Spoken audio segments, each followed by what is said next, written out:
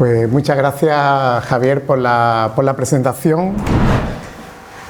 Ahora tengo que estar a la altura de tus palabras, que no solo brotan por ser director del Museo Arqueológico Provincial de Badajoz, sino también porque somos amigos desde hace unos cuantos años.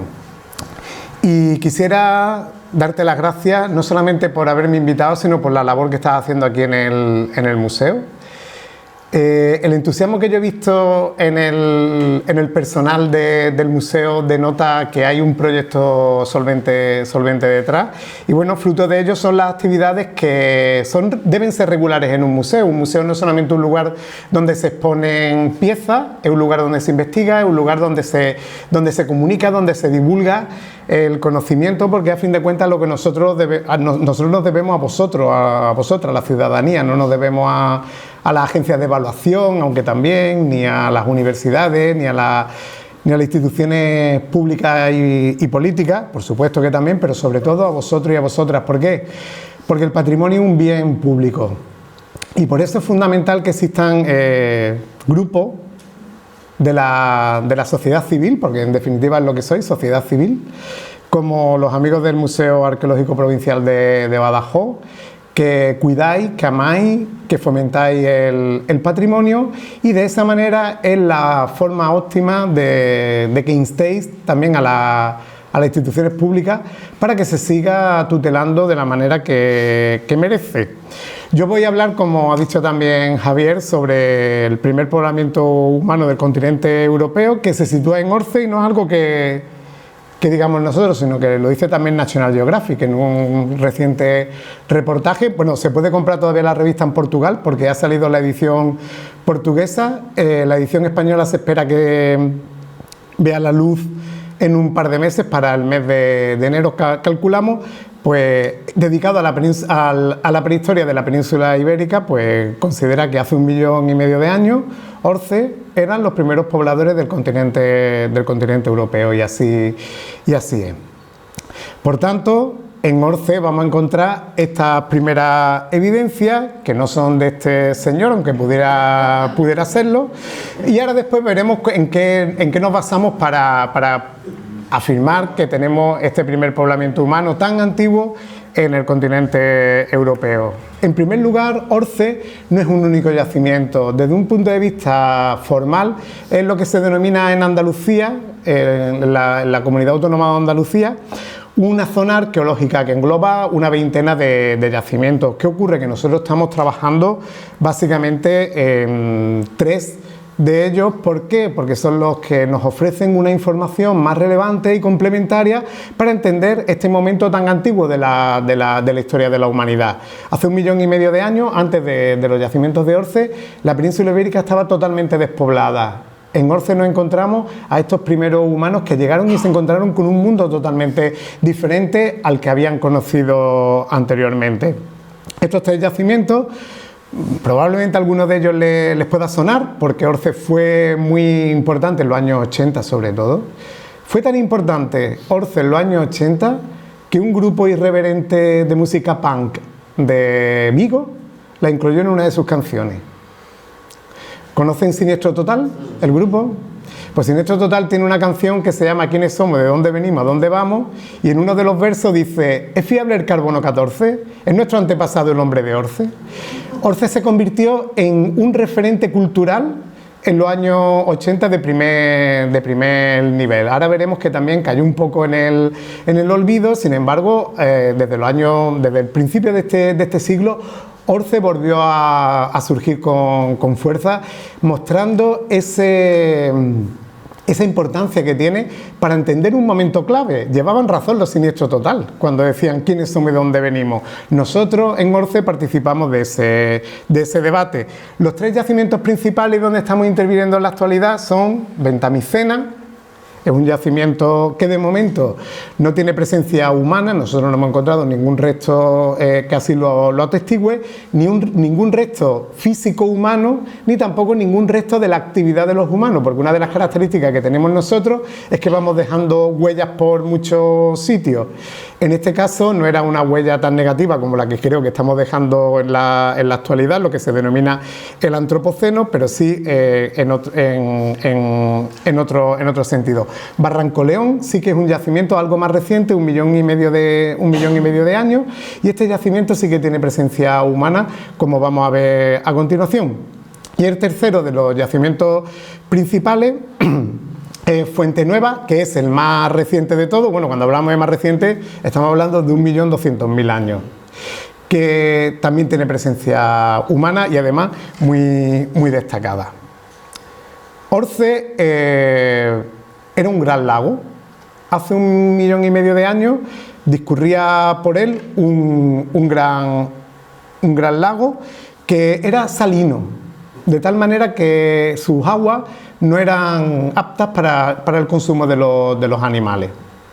¿Qué ocurrió para que Orce se convirtiera en un lugar tan atractivo para la fauna, incluyendo a los humanos?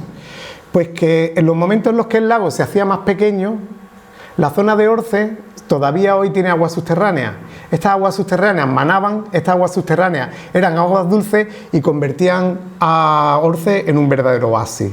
Un oasis de biodiversidad que hoy día solo se puede observar en los grandes parques naturales de África. Esos documentales que pasan con frecuencia del Gorongoro, de Masai Mara, etc. Esa es la imagen que, en cuanto a biodiversidad, tenemos que tener en mente cuando pensamos en Orce.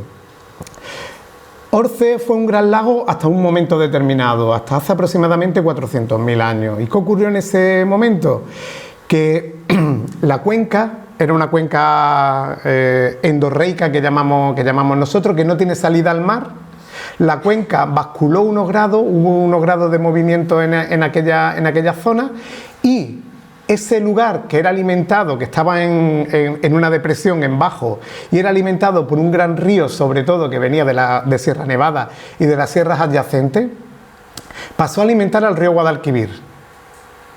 De tal manera que vació no solamente las aguas, sino también los sedimentos, provocando unos paisajes absolutamente espectaculares que en la actualidad ameritan a la zona como geoparque de la UNESCO. El Geoparque de Granada es uno de los grandes referentes geológicos y también de desarrollo de la zona.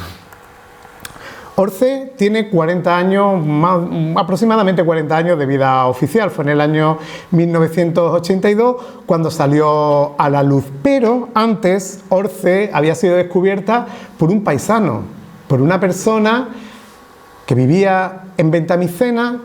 En Ventamicena hoy día no vive prácticamente nadie, es una pedanía, un diseminado de Orce, en el cual hoy vive poquísima gente, pero en aquel momento, en los años 70, sí que estaba bastante habitada.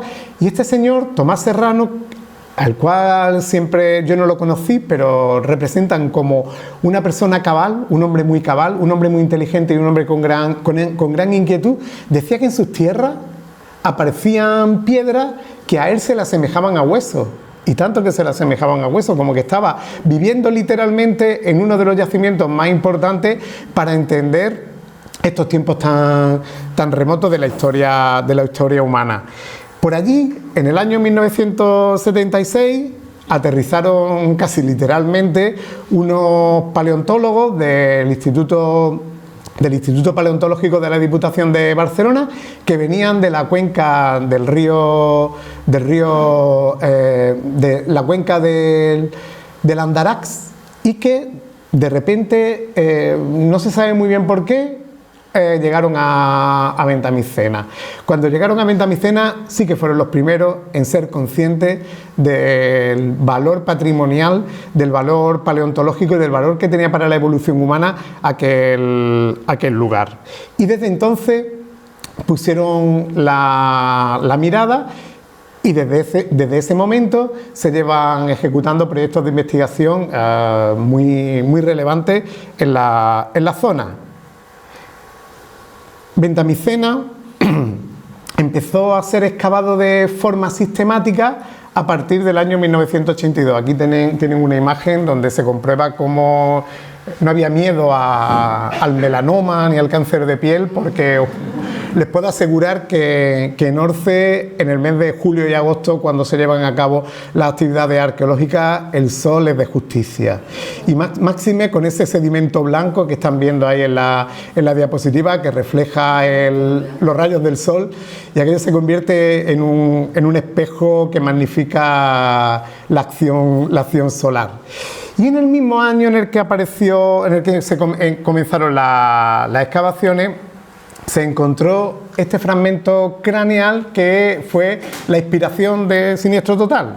Este era el fósil conocido como el hombre de Orce. Ha tenido un montón de avatares a lo largo de la historia. Primero se publicó como humano, luego como équido, luego como un bóvido.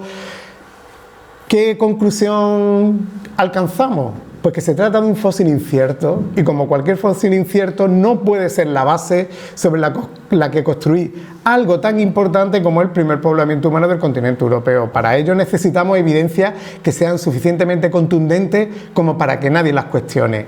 ¿Esas evidencias aparecieron? Sí, con posterioridad y de manera prolija. O sea, tenemos una cantidad de industria lítica tallada, de herramientas que fabricaron nuestros antepasados hace 1,5 millones de años, también marcas de sus actividades, que bueno, eso sí que es absolutamente incuestionable.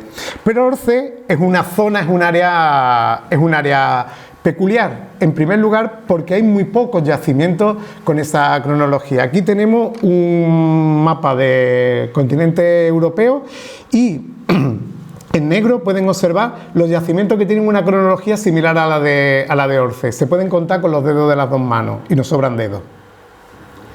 Por tanto, cualquier yacimiento, cualquier lugar que tenga evidencia sobre este periodo se convierte en una ventana abierta a esta parte de la historia que es absolutamente desconocida, pero también fascinante. ¿Y qué ocurre en Extremadura? ¿Cabe la posibilidad de encontrar yacimientos como los de Orce? Pues tengo una buena noticia. ¿Sí? Sí que se pueden encontrar. Aún no sé si se ve bien en el mapa. ¿Están viendo que el mapa tiene unos píxeles de colores? Sí. Pues que son grises más oscuros. Cuanto más oscuro, más probabilidad hay de que haya presencia humana anterior a 400.000 años. Y lo que nos encontramos es que la zona occidental de la península ibérica es la más propicia.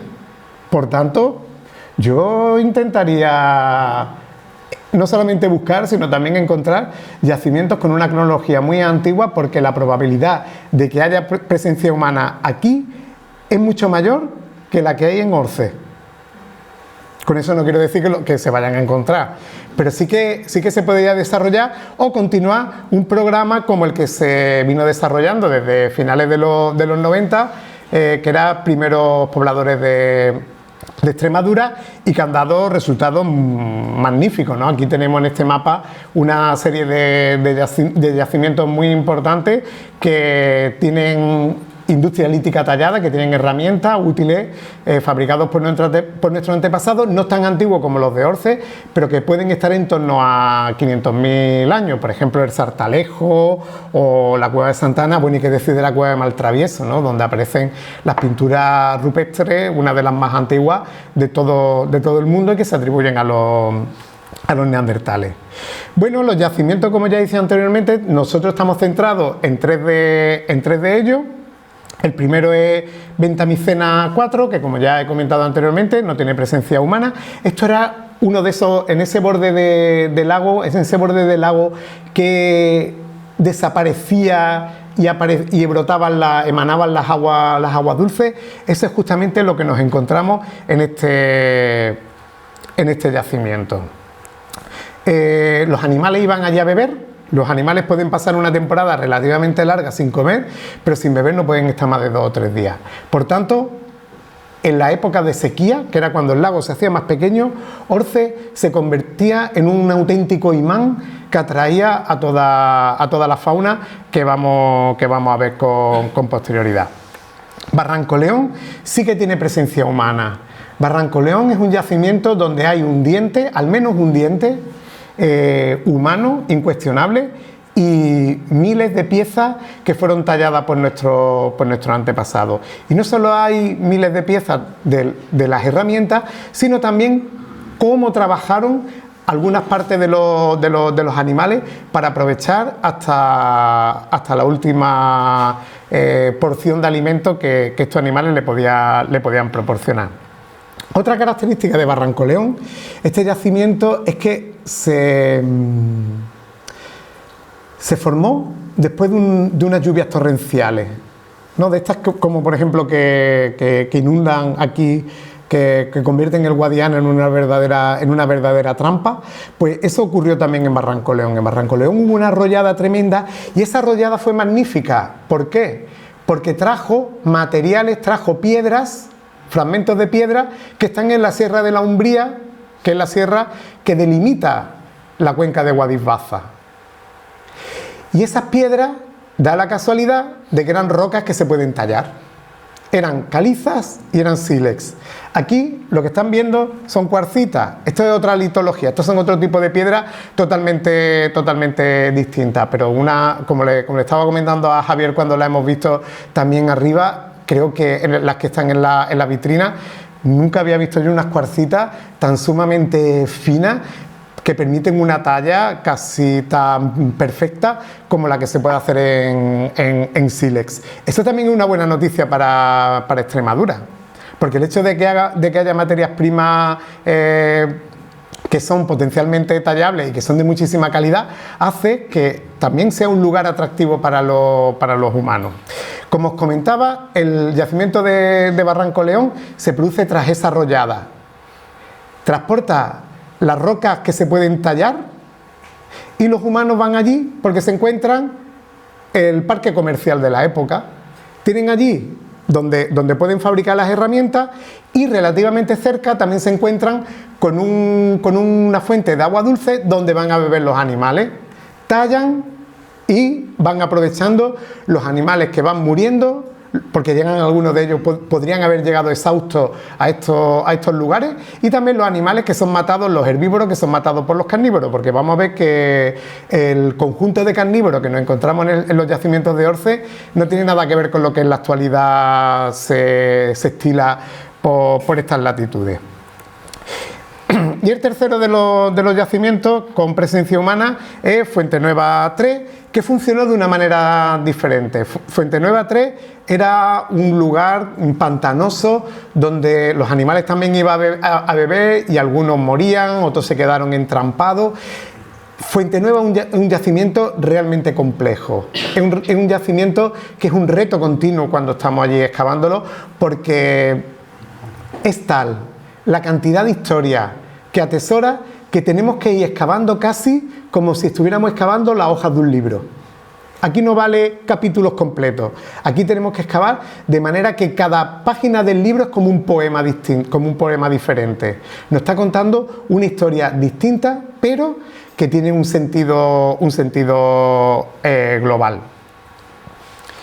Como ya he dicho anteriormente, rico en industria lítica. Nosotros llamamos industria lítica a todas las herramientas y a todos los desechos y a todos los instrumentos que utilizaron nuestros antepasados para sobrevivir. Tenemos percutores, tenemos núcleos, que son los bloques de piedra de los cuales se empiezan a extraer las lascas que se convierten en cuchillos. Tenemos también estos cuchillos y tenemos también unas piezas muy singulares que son los esferoides.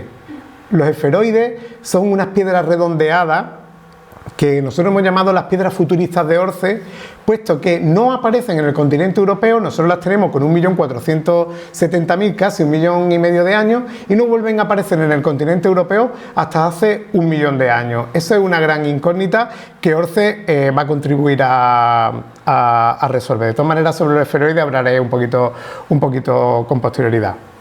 La fauna, bueno, aquí tenemos el bestiario de Orfeo, que está en el mosaico del museo. Bueno, pues algunas de las especies que aparecen en este bestiario son muy parecidas a las que aparecen también en el registro fósil de Orce. Aquí estamos viendo elefantes, aunque bueno, parece, como hablábamos esta mañana, me decía Javier, yo creo que el que diseñó y ejecutó el mosaico no había visto en su vida un elefante, probablemente. Hay leones, hay un animal que dudábamos si es una hiena o es un jabalí, puede ser cualquiera de los dos, hay ciervos, hay caballos, etc. Bueno, pues más o menos lo que nos encontramos en Orce. En Orce nos encontramos, esto es simplemente una representación de la riqueza faunística, de la biodiversidad animal que hay en Orce. Hay mamut, hipopótamos, rinocerontes, 2 especies de ciervo, una gigante que podía medir casi 4 metros y medio. El mamut este que está aquí representado, hay unos colmillos en el yacimiento de Fuente Nueva 3, que después veremos, que tienen más de 3 metros y medio de largo y más de 30 centímetros de diámetro. ¿Qué significa eso? Que este animal medía casi 5 metros de altura y pesaba 14 toneladas.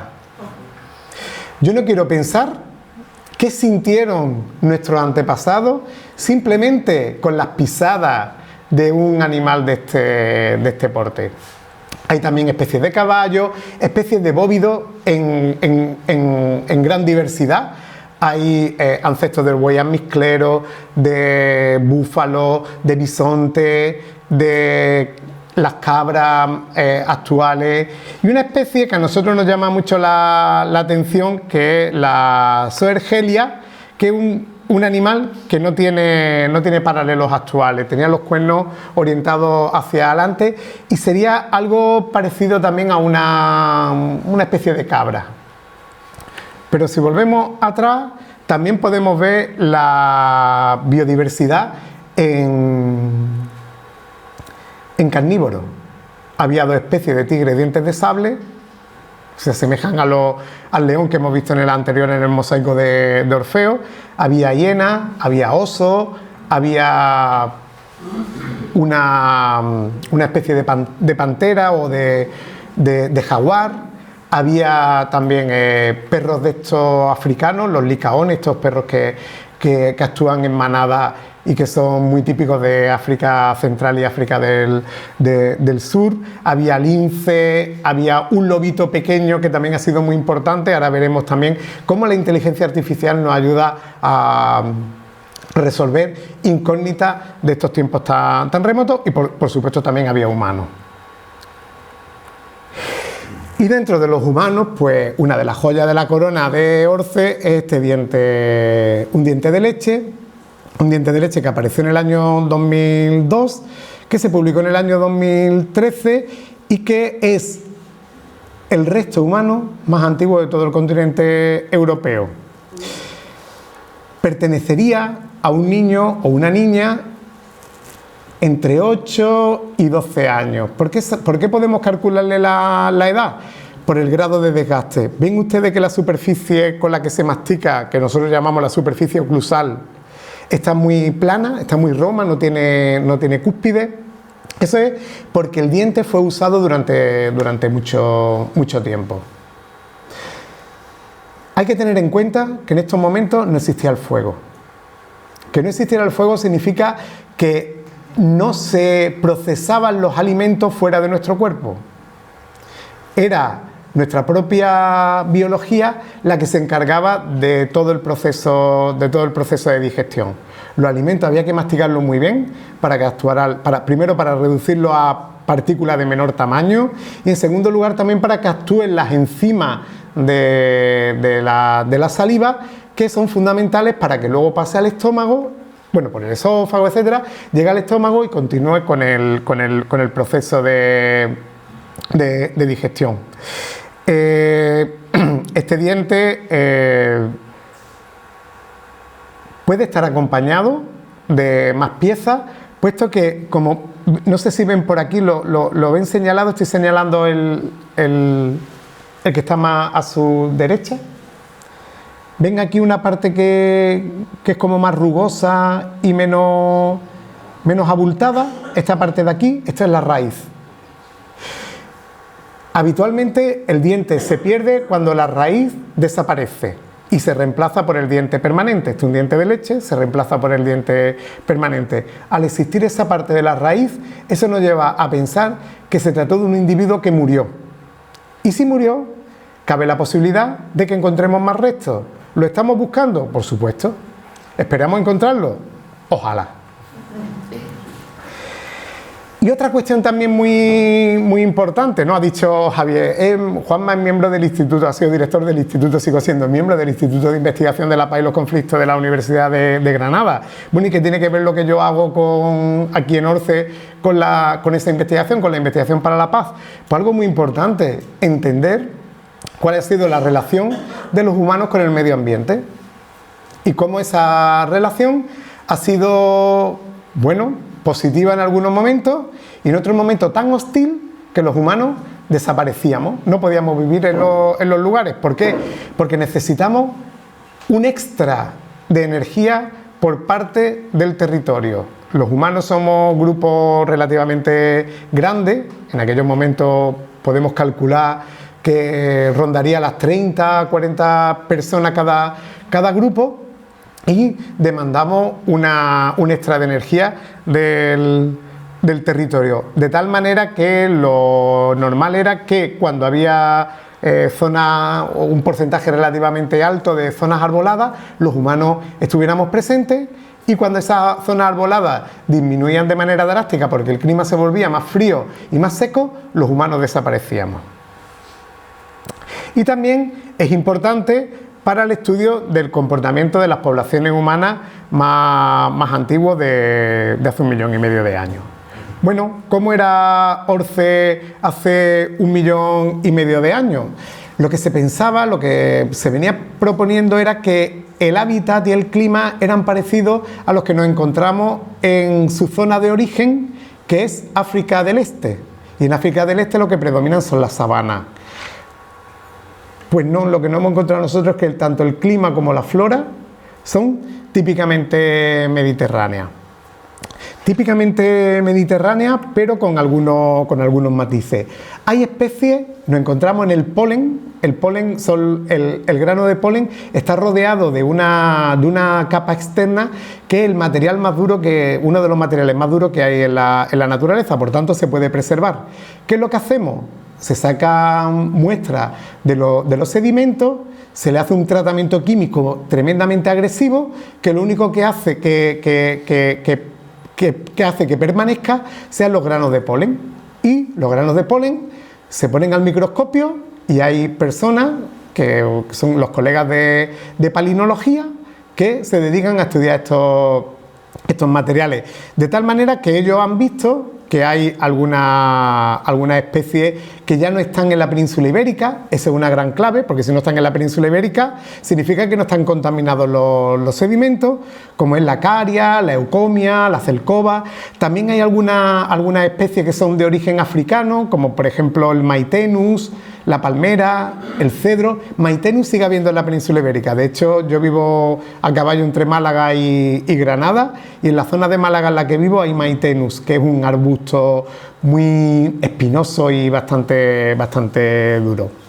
Lo que nos dice el polen es que hay una alternancia entre periodos secos y fríos, que son los glaciares, y otros húmedos y cálidos, que son los que nosotros denominamos interglaciares. Pero sobre todo lo que nos indica es que hay una gran diversidad de plantas. Aquí tenemos un dibujo realizado por una de las palinólogas, que también es paleoartista, que es Gabriela Amorós, que nos presenta cómo sería la vegetación en ORCE en el momento en el que los humanos estaban presentes en el yacimiento de Fuente Nueva 3, hace 1.200.000 años.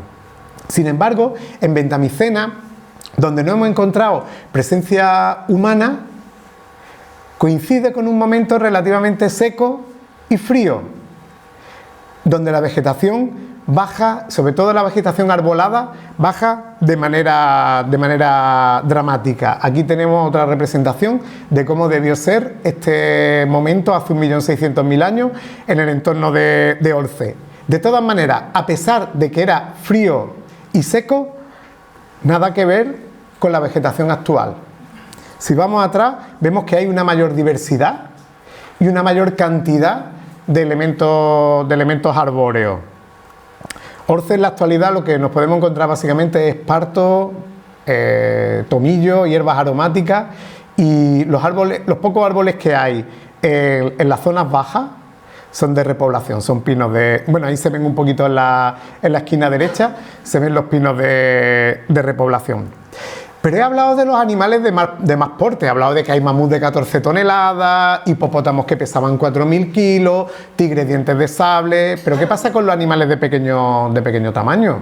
Son fundamentales, sobre todo los roedores, porque los roedores son unos grandes marcadores del tiempo, son como relojes geológicos que nos permiten saber en qué momento concreto nos encontramos, y también unos animales que nosotros denominamos herpetofauna, pero que son también muy conocidos porque son anfibios y reptiles. ¿Qué ocurre con los anfibios y los reptiles? Pues dos cuestiones fundamentales. La primera, no se han extinguido masivamente como ha ocurrido con los mamíferos. Mamús no existen en la actualidad, tigres dientes de sable no existen en la actualidad, la zoergelia que he puesto antes no existe en la actualidad, pero los anfibios y los reptiles que nos encontramos en los yacimientos de Orce sí existen en la actualidad. Y otra característica que tienen los anfibios y los reptiles es que son animales de sangre fría.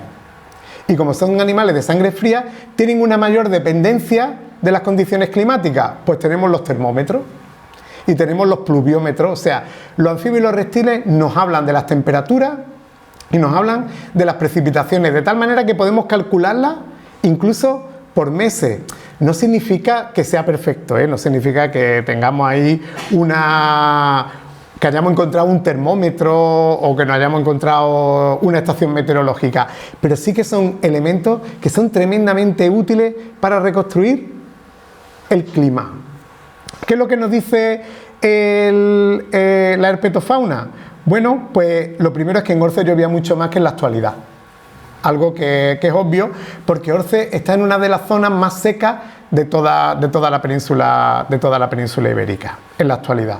Si en la actualidad llueve 400 mililitros al año, hace 1.500.000 años llovía el doble, cerca de 800 mililitros. Y otra diferencia fundamental reside en que la diferencia entre el invierno y los veranos era mucho menor. Podía haber más de 5 grados de diferencia en los meses más fríos. Eran más cálidos hace 1,5 millones de años que en la actualidad.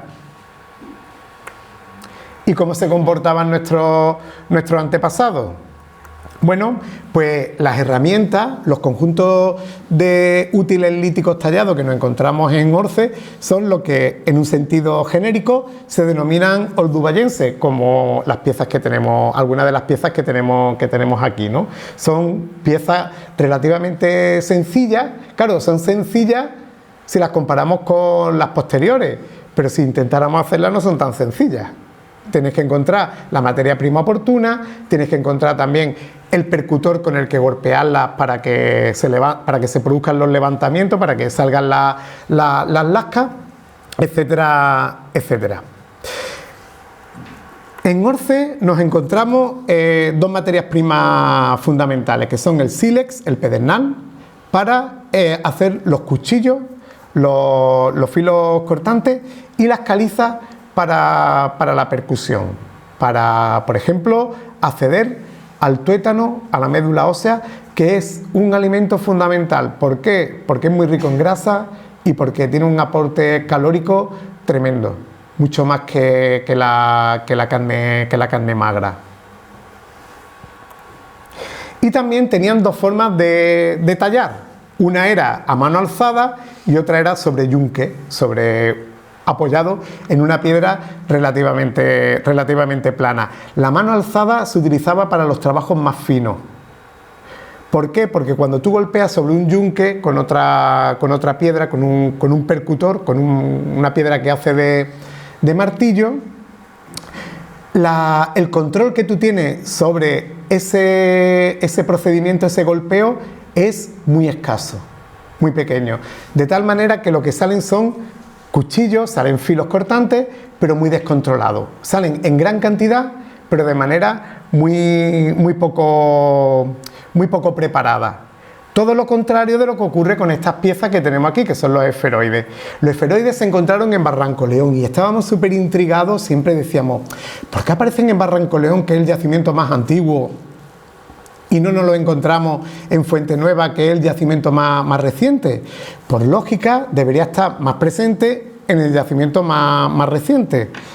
Hasta este año, que apareció este esferoide alucinante, porque esto es una preciosidad, que nos hicieron casi que se nos saltaran las lágrimas, ¿no?, el día que apareció. Bueno, la arqueología también tiene un componente emocional que se pueden imaginar. La misma emoción que tienen ustedes cuando están viendo en una vitrina de un museo una pieza, esa misma emoción, o a lo mejor un poquito más, es la que experimentamos nosotros cuando la exhumamos, porque somos los primeros que la tocamos después de más de 1 millón de años. Eso sí que es un privilegio. Si por algo me siento una persona privilegiada por el trabajo que realizo, es por eso, porque es como un puente entre lo que hicieron nuestros antepasados hace 1,5 millones de años y lo que es importante para ustedes, que es que estas piezas nos cuenten historias. ¿Qué historias nos cuentan los esferoides de Barranco León? Seguro que conocen a Miguel Ángel Buonarroti, ¿no?, el famoso escultor. Miguel Ángel, una vez creo que le preguntaron, bueno, ¿y cómo esculpiste el David? Y dijo, el David es lo que le sobraba al bloque. Pues estas piezas son justamente eso, es lo que le sobraba al bloque. Estas piezas necesitan de una precisión tremenda para ser ejecutadas. Necesitan de que los golpes estén dados en el punto preciso y siguiendo una secuencia que solo está en la mente de estos talladores. Cuando en la actualidad nuestros compañeros y nuestras compañeras de tecnología lítica tallada tratan de reproducir este tipo de piedras, este tipo de útiles, se las ven y se las desean. Se las ven y se las desean porque es tremendamente dificultoso. Son tan dificultosas de hacer que cualquier día de estos alguien es capaz de decir que lo hicieron los extraterrestres, pero bueno, ya nos encargaremos nosotros de desmentirlo. Y el uso del territorio, claro, porque estos humanos tenían un conocimiento absolutamente detallado de toda y cada una de las partes del territorio en el que habitaban. Que ellos desarrollaran su vida hace 1,5 millones de años no significa que fueran atrasados, ni mucho menos. Eran personas que conocían muy bien cómo trabajar los recursos y explotar el territorio que los rodeaba. Algunas cuestiones sobre el uso del territorio que denotan ese conocimiento, pues por ejemplo, la diferencia que hay en el uso de la materia prima caliza en el yacimiento de Fuente Nueva y en el yacimiento de Barranco León. ¿Recuerdan que el yacimiento de Barranco León lo comenté que se había formado después de una dana y que arrastró materiales? Los materiales que se arrastran habitualmente son aquellos bloques que son, o aquellas piedras, aquellas rocas que están más redondeadas. Eran por tanto cantos y era lo que utilizaron los cantos. Sin embargo, en Fuente Nueva, como tenían que ir a buscar el material a otros lugares, dieron con algunos afloramientos donde las calizas estaban no en cantos, sino en tabletas, en formas más rectangulares. Y las fuentes de suministro, es decir, cuánto se desplazaban nuestros antepasados para buscar las materias primas. En el caso de Orce no la hemos detectado más allá de 10 kilómetros. Y algunas de ellas incluso en el sitio propio donde se tallaron.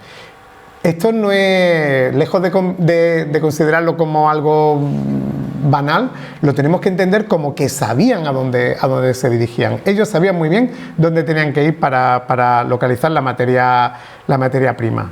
La cantera de Barranco León. En Barranco León aparecen la fracturación, las lajas de piedra que salieron de un mismo núcleo. Encontrar eso es como encontrar una aguja en un pajar. Y eso es la prueba evidente de que tallaron allí, de que allí era el lugar donde realizaron esta actividad. ¿Qué ocurrió? Que con posterioridad el Gran Lago aumentó su tamaño y lo tapó de tal forma que es lo que nos llega en la actualidad. Por eso el yacimiento de Barranco León está tan excelentemente conservado. Y las marcas de corte y de fractura, pues estamos utilizando la inteligencia artificial para estudiarlo. Ahora lo vamos a ver también con más detalle. Pero lo que desde un punto de vista anatómico nos permite conocer es que llegaban muy pronto a los cadáveres, no los cazaban, los carroñeaban probablemente. Un mamut de este porte, los humanos no tenían tecnología en aquel momento para poder cazarlos, sin embargo sabemos que los aprovecharon. ¿Por qué? Porque nos encontramos las marcas accidentales que van dejando los filos de los cuchillos de piedra sobre la superficie de los huesos. Esto es un trabajo de forense. Todos los huesos que se encuentran, que son miles a lo largo, cada año que excavamos, pasan por la lupa. Todos y cada uno de ellos pasan por una lupa, y los especialistas en detectar este tipo de marcas van separando los materiales y luego pues pasan a otra fase de la cual voy a hablar con posterioridad. Probablemente fuera más intenso durante el verano. Recuerdan que comentaba que era cuando el lago se hacía pequeño. Eso ocurre en los climas mediterráneos. Los climas mediterráneos están caracterizados porque los inviernos son tremendamente secos. Pues probablemente nuestros antepasados irían a estos lugares de afloramiento de agua dulce en verano para aprovechar los animales que por allí pululaban. Pero también la gestión de las plantas es algo que se ha convertido en un gran vacío en la interpretación del comportamiento de nuestros antepasados. ¿Por qué? Porque no encontramos los huesos, pero de las plantas lo único que no encontramos es el polen. Pero que no encontremos el polen no indica que nuestros antepasados lo usaran, fueran plantas que usaron.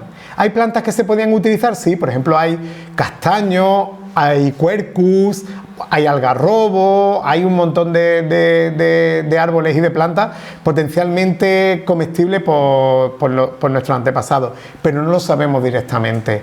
Pero sí que algunas de las marcas que se van dejando en las piedras que se utilizan para percutir, para golpear, para machacar, hay un patrón de golpeo que parece que está relacionado con el procesado de algunas plantas. De todas maneras, en este campo, en este ámbito, tenemos que seguir avanzando. Bueno, y lo que os comentaba anteriormente del uso de la inteligencia artificial. Esto es absolutamente alquímico, esto es como la alquimia de la Edad Media.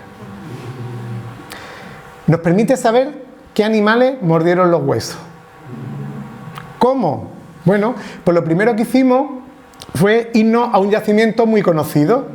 Dentro de Orce, Ventamicena. Yo hablaba de Ventamicena 4. Hay otro yacimiento que fue el que se excavó en los años 80 y 90, que es Ventamicena 3. Ventamicena 3 es muy conocido en la literatura, y bueno, los que estudiamos estos temas de primera mano, es muy conocido porque es un cubil de hiena. Si estamos en un cubil de hiena, ¿de qué especie tiene que haber más marca de mordedura? De hiena. Es lógico. Bueno, pues entonces lo que hicimos fue un pilotaje, como se hace en cualquier experimento. Vamos hacemos un pilotaje. Lo primero que se hace es pasar por la lupa todo esto huesos. En segundo lugar, cuando se detectan las marcas de corte o las marcas de mordedura, en este caso, se llevan a un escáner, y el escáner se pasa al escáner y se toman las imágenes y luego se convierten en modelos virtuales tridimensionales. Una vez se convierten en modelos virtuales tridimensionales, se le ponen una serie de puntos, que son lo que nosotros denominamos landmarks, que son esos puntos rojos que están viendo ahí en la imagen. Y luego lo que se hace es que se entrena al ordenador para que reconozca las marcas de mordedura. El Deep Machine Learning. Aquí tienen el proceso. ¿Cómo entrenamos a las máquinas? Con mordeduras actuales. Porque las mordeduras actuales de las hienas son parecida a la de las hienas que vivieron hace 1,5 millones de años, porque las mordeduras de los leones actuales son muy parecidos o casi iguales a las marcas de mordedura de los tigres dientes de sable que vivieron hace 1 millón de años, porque las marcas de los licaones actuales son muy parecidas a las de los licaones de hace 1,5 millones de años. Entonces se entrena la máquina, le meten la mordedura de hace 1,5 millones de años y la máquina te dice: hay un 90% de probabilidad de que se trate de hiena. ¿Qué ocurrió en Ventamicena, en el pilotaje? Que de 28 marcas que se analizaron, 20 son de hiena. Pues blanco y en botella. Lo tenemos. Este trabajo no estaba enfocado a resolver ningún problema, sino a demostrar que la técnica funcionaba. Nos vamos al yacimiento de Barranco León. En Barranco León tenemos presencia humana.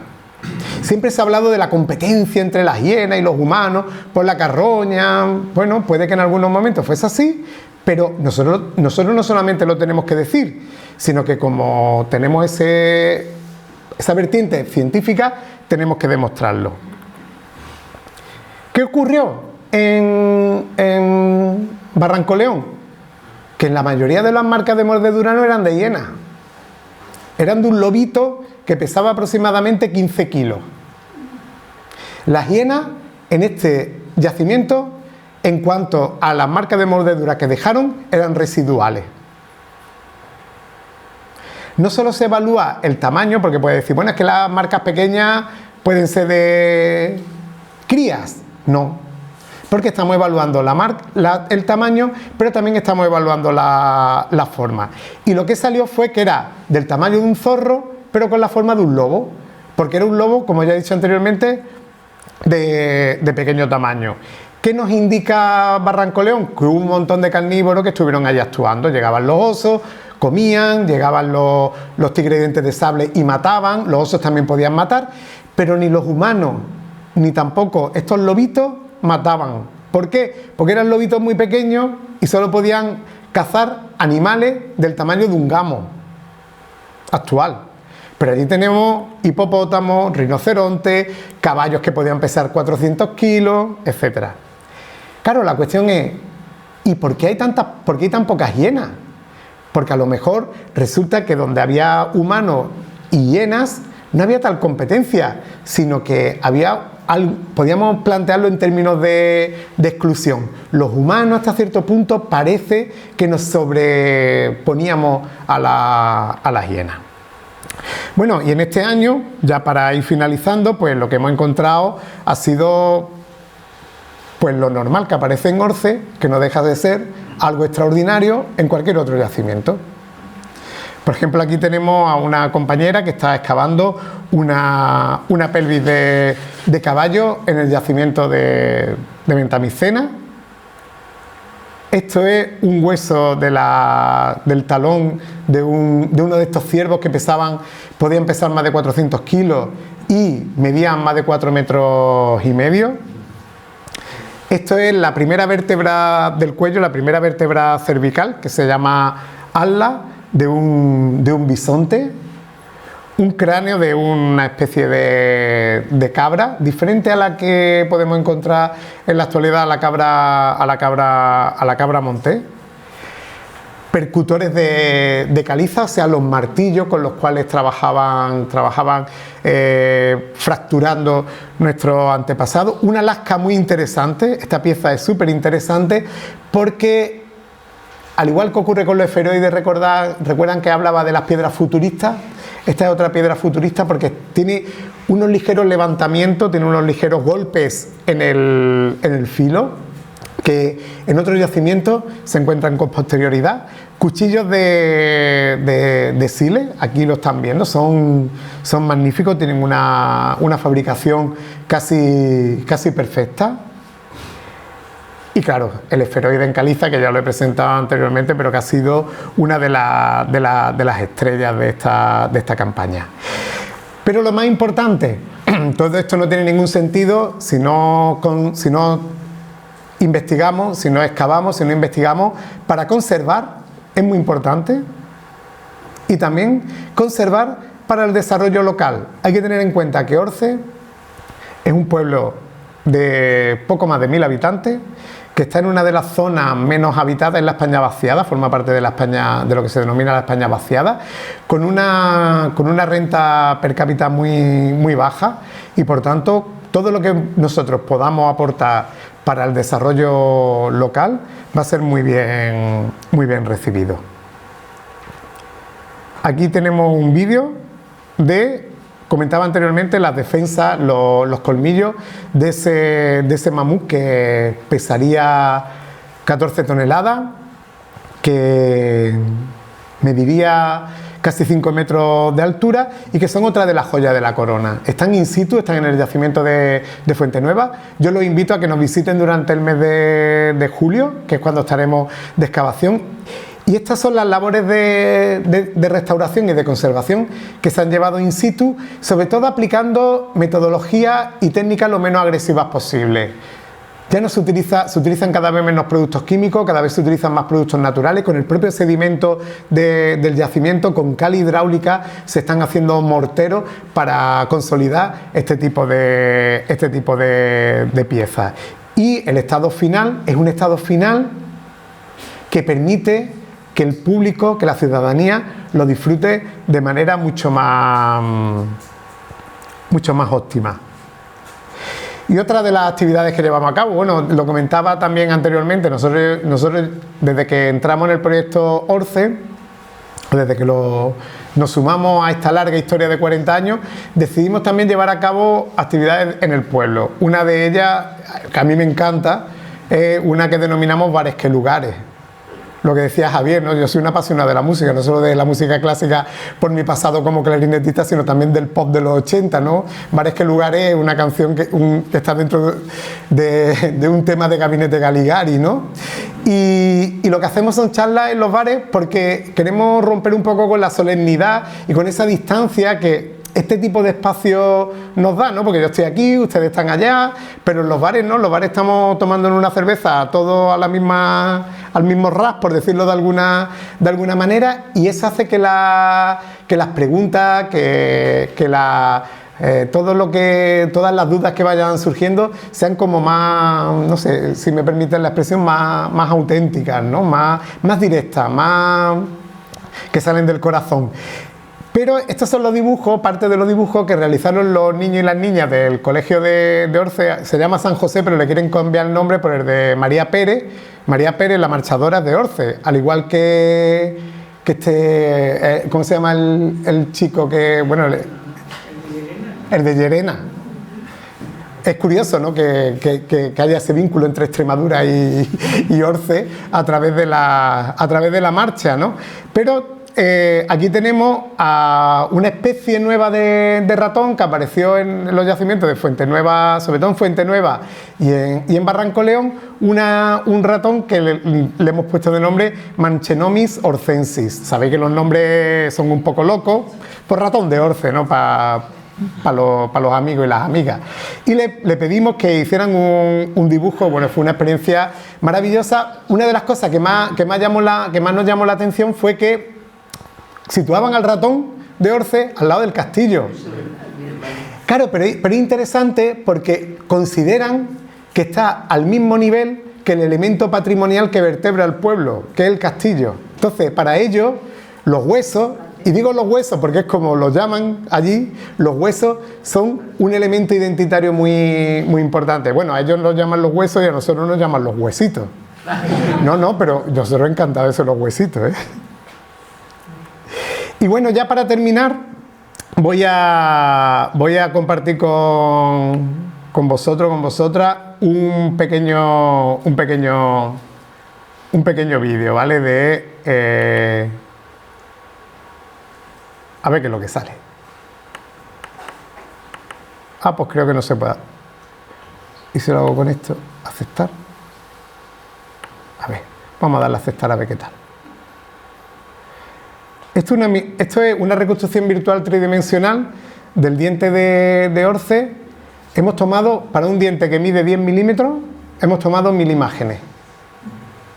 Y a través de programas informáticos pues han montado las imágenes para tener esta representación. Lo interesante desde el punto de vista de la conservación es que el diente no está tan intacto como aparecía en las fotos. El diente está lleno de fisuras y está lleno de grietas, está lleno de fracturas, de tal manera que eso es fundamental para el futuro del diente. Y claro, nos permite también estudiar el interior. Esto es como las personas, lo bueno está en el interior, ¿no? Como el diente está muy desgastado, pues podemos acceder a partes del diente que no han sufrido ese proceso, y en ello estamos. Que era esta, que era simplemente pues, darles las gracias. Y bueno, esta es una imagen de Fuente Nueva para que vean que no solamente Orce merece la pena ser visitada por su patrimonio arqueológico, paleontológico, sino también por sus paisajes, que son muy especiales, y sobre todo por su gastronomía. En Orce hay uno de los mejores corderos de España, ¿no? No es broma. Hay una variedad que se llama cordero segureño, que si van, cuando vayan, tienen que, bueno, aquellos que les guste el cordero y que no sean vegetarianos, veganos, etcétera, que tienen que probar. Para vegetarianos, las setas también son espectaculares por esta fecha. Así que nada, lo esperamos por Orce. Muchísimas gracias por su presencia, sobre todo en este día que se ha vuelto un poco desapacible. Muchísimas gracias.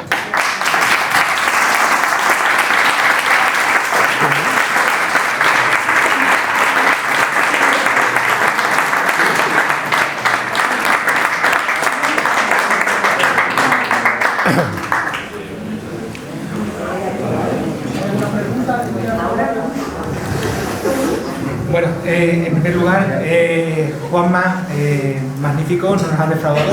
A mí por lo menos creo que no lo ha hecho. Ha sido genial. Creo que ha demostrado su solvencia como científico, como arqueólogo, como investigador y como comunicador.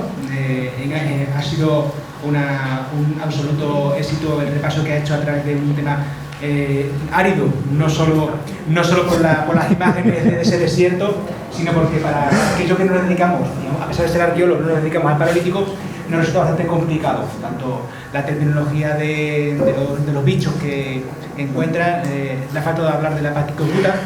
Si quieres, ahora hablo de la paquicrocuta, yo encantado de hablar. Estaría otra hora hablando de esa cabra, ¿vale? Es una cabra. No, es la hiena. Perdón, la hiena. Bueno, a ver, la paqui para los amigos. Escucha, ¿no? Bueno, pues voy a hablar sobre la paquicrocuta. Ya Javi me acaba de tirar al barro, lo siento mucho. No voy a hablar mucho de ella, pero no, simplemente para desmitificar un poco esa terminología tan compleja, es verdad que es complicada, porque claro, nosotros tenemos que nombrar la especie para que todo el mundo la entienda. Si nosotros la llamamos hiena, pues aquí se entiende, pero en otro país, pues en inglés, por ejemplo, es hiena o algo así por el estilo, ¿no? Vamos, y ese es el más cercano. No sé cómo se dice en chino o en japonés o en indonesio. Pero claro, nos damos nombres científicos que tienen un significado, que es mucho más fácil de entender que el propio nombre científico. Por ejemplo, Pachicrocuta brevirostris. Complicado, ¿verdad? Pero si digo yo ahora gran hiena de cara corta, pues ya nos vamos haciendo una idea no solamente del nombre, sino de cómo era. Porque, bueno, pues ya vemos que tiene la cara corta, eso tiene un significado también funcional. Obviamente no iba a hablar de ello en la conferencia, pero es una hiena que puede machacar muy bien los huesos. Y si puede machacar muy bien los huesos, le interesa tener una cara corta, porque de esa manera puede hacer más fuerza, porque cuanto más largo es el hocico, cuanto más nos vamos alejando, menos fuerza se puede hacer. Así que nada, Javi, muchas gracias. Menuda enciclopedia. ¿Puedo hacer una pregunta? Sí. Bueno, dos, ya que estamos. Gracias. Mira, la primera es estas piedras redondas, que ciertamente debe ser dificilísima de hacer. Buena pregunta. La funcionalidad de los esferoides todavía está también por dilucidar, pero pensamos que podrían estar relacionadas con el procesado de los vegetales. De todas maneras, la dificultad reside en que son tan difíciles de reproducir que luego tampoco se puede experimentar, porque tú para experimentar necesitas tener una gran cantidad de piezas para procesar distintos materiales, ¿no? Pero por la forma, porque hay otros instrumentos que aparecen también en los yacimientos que son parecidos pero no son tan elaborados y parece que están relacionados con la gestión de las plantas, pues nosotros pensamos que puede estar vinculado con esa actividad, con el procesado de las plantas. Muchas gracias. De nada. Ya la segunda, que a mí me ha roto la cabeza más de una vez, vosotros sabéis de esto, de verdad. ¿Cómo se comunicaban esta gente? ¿Qué tipo de lenguaje tenían? ¿Cómo hablaban de una tribu, no se puede decir? Sí. Una comunidad a otra, tenían los mismos lenguajes. ¿Qué habéis pensado de eso? Esa pregunta lleva quebrantando las almas de los prehistoriadores desde el siglo XIX, desde que la prehistoria se convirtió en una disciplina. Para estos momentos es difícil, por no decir imposible, saber qué tipo de lenguaje o qué capacidades lingüísticas podían tener nuestros antepasados. Si nos venimos a momentos más recientes, los neandertales, que pongámosle, por poner una fecha, pueden tener 300.000 años y es una especie muy cercana a nosotros, tan cercana que nosotros tenemos ancestralidad neandertal. Los neandertales tenían las mismas capacidades neurológicas o parecidas a las que tenemos los humanos actuales. El hecho de que la tuvieran los neandertales y los humanos anatómicamente modernos, como los llamamos nosotros, es decir, nuestra especie, compartiéramos esas capacidades neurológicas, parece indicar que también estaban en el ancestro común entre ellos y nosotros. Por tanto, nos podríamos remontar en torno a 600, 800.000 años. Más allá, ya es una especulación excesiva como para que tenga suficiente base y credibilidad. Sin duda, estos humanos tenían una gran capacidad para aprender. ¿Cómo era ese aprendizaje? Bueno, pues parece que era más por imitación que por transmisión con un lenguaje similar al que nosotros tenemos. Yo he hablado de los dubayenses, que es este gran conjunto, ¿no? Es el nombre que engloba esta forma de tallar la piedra. Después de los dubayenses hay otro periodo que se denomina achelense, que está caracterizado por las hachas de mano, de talla bifacial, es decir, que está tallada por sus dos caras. Durante mucho tiempo se pensó que el achelense estaba vinculado con el origen o con el desarrollo del lenguaje tal y como lo conocemos en la actualidad. Pero se han llevado a cabo experimentos con neuroimágenes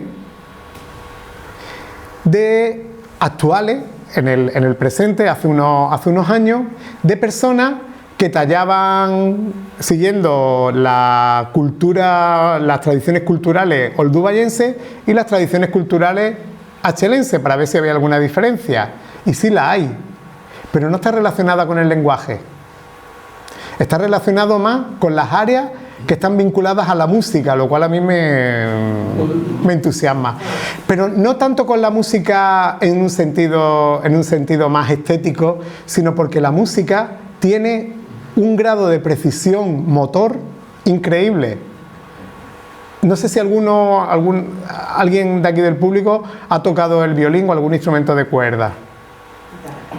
La guitarra es menos complicada porque al tener trastes tú sabes dónde tienes que poner los dedos, pero en el violín no. En el violín tienes que tener una precisión extrema, te mueves 1 milímetro y ya estás desafinando, vamos, que parece que estés desollando un gato. Pues eso ocurrió, a mí me parece absolutamente maravilloso. El lenguaje, ¿por qué es tan importante para nosotros? porque lo consideramos como una capacidad humana única, y lo es. El tipo de lenguaje que nosotros desarrollamos es único. Y por eso tratamos de buscar sus raíces en el pasado. Por eso ha atormentado a tantos investigadores a lo largo de la historia de la disciplina. Pero parece que el lenguaje sí que tiene una importancia capital, pero hay otros aspectos que también son muy importantes, como es, por ejemplo, el aprendizaje por imitación. No sé si he respondido a la pregunta. Pero tampoco sabemos mucho sobre estos momentos tan antiguos. Claro, es que se supone que para entenderse tendrían que tener un código compartido. ¿Y eso cómo se hace? ¿Cómo se inventa eso? Porque los códigos compartidos no solo tienen que ser de un lenguaje de doble articulación. Nosotros... Ayer yo doy clase en una asignatura que se llama Fundamentos de Investigación para la Paz, ¿no? Y ayer estaba en Málaga impartiendo esta asignatura y nos contó esto es real, ¿eh? Una alumna que viene de México que tuvo un problema aquí porque cruzando un paso de cebra, un paso de peatones, le hizo este gesto al conductor. Este gesto en México significa gracias. Aquí lo asociamos con otra cosa. Entonces, no, lo que quiero decir es que el lenguaje no es estrictamente verbal.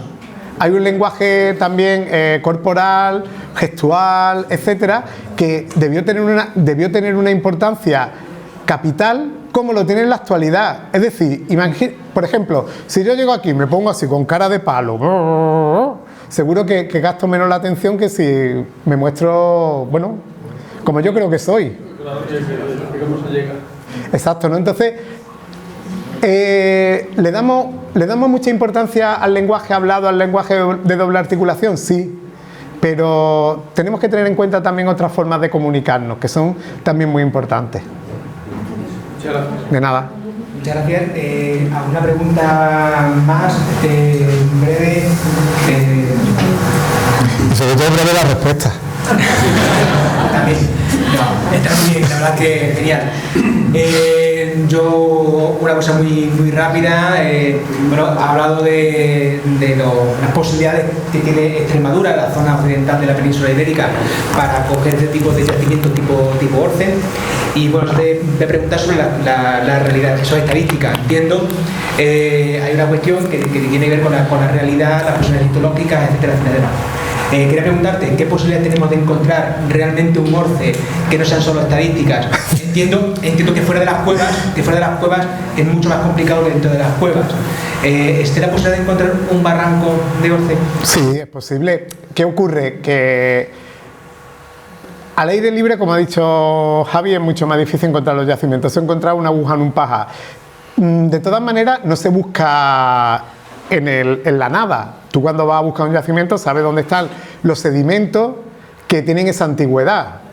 Y no solamente que tienen esa antigüedad, sino que también están expuestos, que han sido erosionados, ¿no? ¿Qué es lo que ha pasado en Orce? Barranco León se llama Barranco León porque es un barranco.